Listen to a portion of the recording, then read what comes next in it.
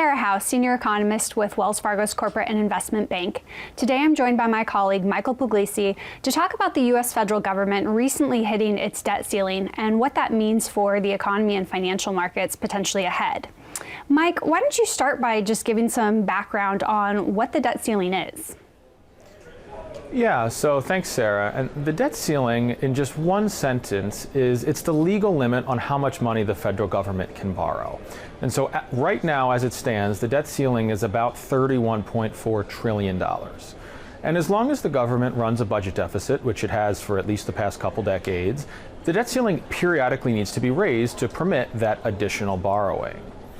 Now, when the government hits the debt ceiling, you might think, oh, well, at that point, the government has sort of run out of money, right? But that's not necessarily the case. For at least a little while, the Treasury has some accounting maneuvers it can pull in order to buy a little bit more time. This is what extraordinary measures are. If you ever see this in the news or hear people talking about it, it's essentially a way for the U.S. Treasury to buy a little bit more time to operate under that debt ceiling. And so it's important, I think, to remember finally when it comes to the debt ceiling, that the debt ceiling doesn't necessarily authorize any new spending. That's all done by other laws, whether it's the annual budget process or past laws related to how much is spent each year on Social Security or Medicare or all these various mandatory spending programs. The debt limit is really just allowing the government to borrow the money it needs to make good on these obligations that were promised under previous separate laws, whether they were passed a year ago or decades ago. Well, that's helpful background, but why should I care? I feel like this comes up every few years, but what makes it seem to matter so much more this time around? Yeah, so I think it's helpful to think about this topic in two ways. First is just from the financial market side. So when you think about the U.S. Treasury market, it's one of the most deep and liquid bond markets in the world. It backs the world's largest economy. It backs the world's reserve currency. And it's $24 trillion. And so the sort of safety and liquidity of that market is very important to how financial markets work. And any challenges or issues or hurdles related to that can, of course, cause a lot of financial market volatility. And we've seen this. If we think about past brushes with default, like the 2011 debt ceiling episode, you saw a lot of volatility in financial markets around that period. The S&P 500 fell almost 20% over a few-week period.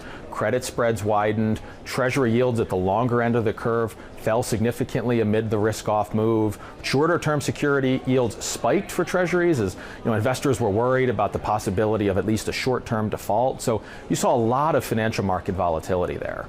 And then just on the real economy side, there are concerns there too. Consumer confidence fell significantly in August 2011 and the following couple months after that fight. Measures of economic policy uncertainty skyrocketed. Economic growth was weak around that period.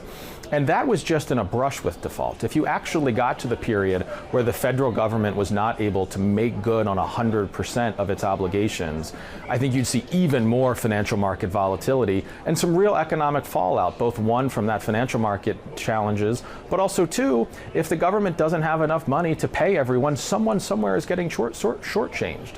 Whether that's Social Security beneficiaries, members of the military, defense contractors, veterans, or any of the number of people and institutions and governments and businesses that are owed money by the federal government on a day-to-day basis. Well, that makes sense. Where do we stand now then? Yeah, so right now the debt ceiling was hit on January 19th, so fairly recently. But again, back to those extraordinary measures I mentioned earlier, Treasury has a little bit of time still. Both one, using those extraordinary measures, and two, also relying on the money that's coming in on a day-to-day basis. Because even though the federal government runs a budget deficit, it still does collect, X amount of money in tax revenues every day, every week, every month.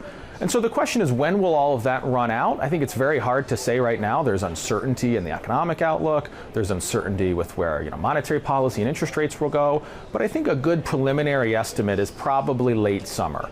Early August or so is when the rubber will really hit the road in terms of the federal government not having enough money to fully meet those obligations. So in the next several months, I think you'll see Congress try to tackle this, but the political situation's pretty precarious. you have a very, very narrow majority in the House of Representatives for Republicans, and some of the challenges there politically were, I think, on display as a result of the speaker's race that we had to start the year.